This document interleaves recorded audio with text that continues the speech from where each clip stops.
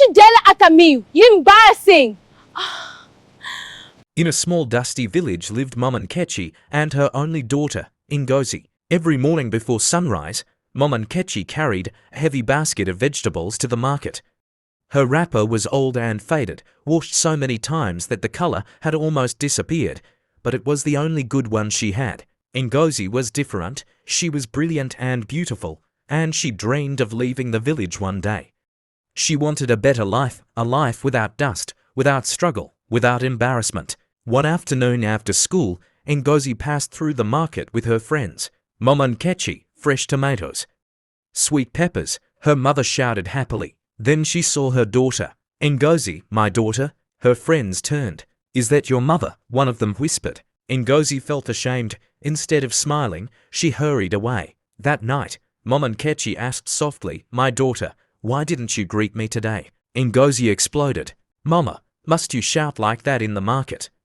Why can't you dress like other mothers? You are embarrassing me. The words hung heavy in the air. Mom Nkechi said nothing, she simply nodded and turned away. But later that night, silent tears fell onto her pillow. Weeks later, a letter arrived. Ngozi had gained admission to a university in Abuja. They celebrated with joy. Mom Nkechi danced around the compound, thanking God. But when night came, worrying replaced her smile. School fees were high, transport was expensive. She had no savings. The next morning, Mama walked to the edge of the village. By evening, she had sold the only piece of land her late husband left behind. On the day Ngozi was leaving, Mama handed her a small nylon bag filled with money. Mama, where did you get this? Ngozi asked in shock. God provided, Mama replied gently. Ngozi left without asking more questions. Months later, she returned home unexpectedly.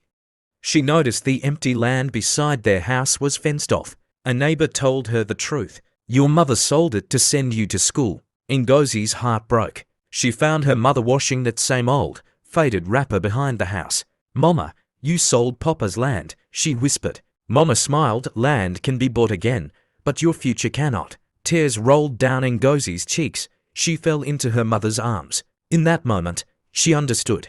The wrapper wasn't old cloth. It was sacrifice. It was love. And the woman she once felt ashamed of was the reason her dreams were still alive.